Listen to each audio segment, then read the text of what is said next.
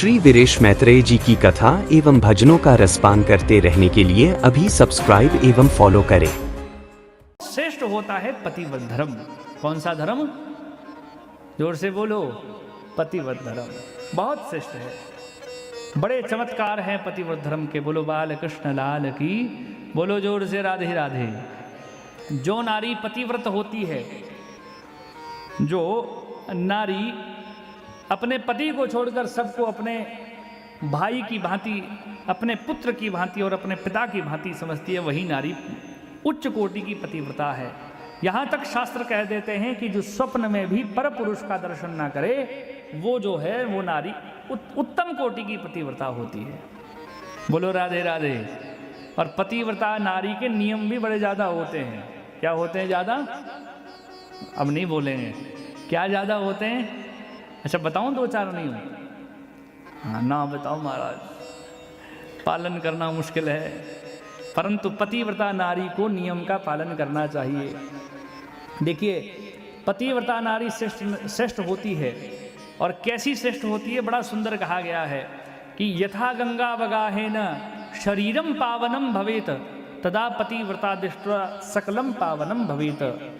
जिस प्रकार से हम गंगा में जाकर स्नान करते हैं और अपने सारे पापों को धो देते हैं, उसी प्रकार से एक बार हम जीवन में अगर पतिव्रता नारी का दर्शन कर लेते हैं तो दर्शन मात्र करने से हमारे जीवन के पाप जो हैं वो नष्ट हो जाते हैं। ये मैं नहीं कह रहा हूँ, ये शिव पुराण कहता है। केवल पतिव्रता नारी का देखने मात्र से, अब सोचिए कितना बड़ा चमत्कार होगा पतिव्रता नारी का। और जो नारी पतिव्रता होती है वो पितृवंशया मातृवंशया पतिवंशया स्त्रय पतिव्रताया पुण्य न स्वर्गे सौख्यानि भुंजते। जो नारी पतिव्रता होती है वो 3 कुलों का उद्धार करती है। कितने कुलों का उद्धार करती है? जल्दी बोलो।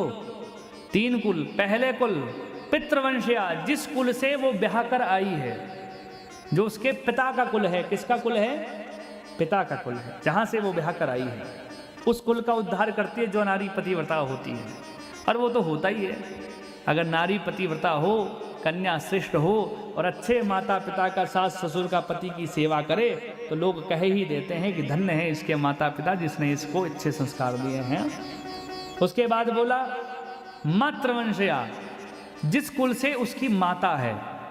माता का कुल कौन सा हुआ? जोर से बोलो। नानुका। जिस कुल से माता ब्याह कर आई है उस कुल का भी उद्धार करती है पतिव्रता नारी। और तीसरा कहा पतिवंशया, जिस कुल में वो ब्याह कर आई है, जो पति का कुल है, उस कुल का भी उद्धार करती है। जो नारी पतिव्रता होती है इन 3 कुलों का उद्धार करती है, ऐसी पतिव्रता नारी होती है। बोलो बाल कृष्ण लाल की।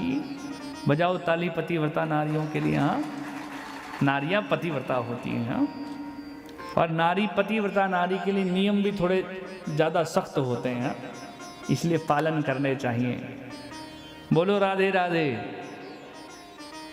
पतिव्रता नारी, चल 2-3 ही नियम बोलूँगा, ज़्यादा नियम नहीं बोलूँगा।